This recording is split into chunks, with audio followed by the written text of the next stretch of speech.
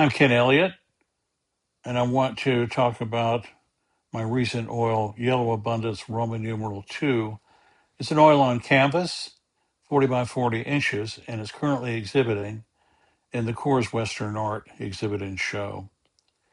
This piece was inspired by my 25 or so years of living here in Colorado with a great deal of natural beauty.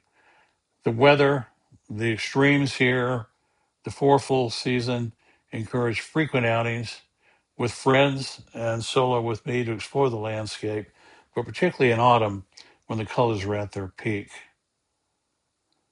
The basis for this work is a purely abstracted group of forms in saturated color.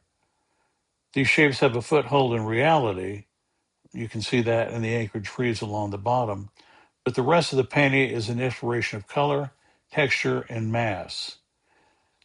It was very enjoyable to add so much color on color and color, as well as the subtle tweaks that amplify the golden tones throughout.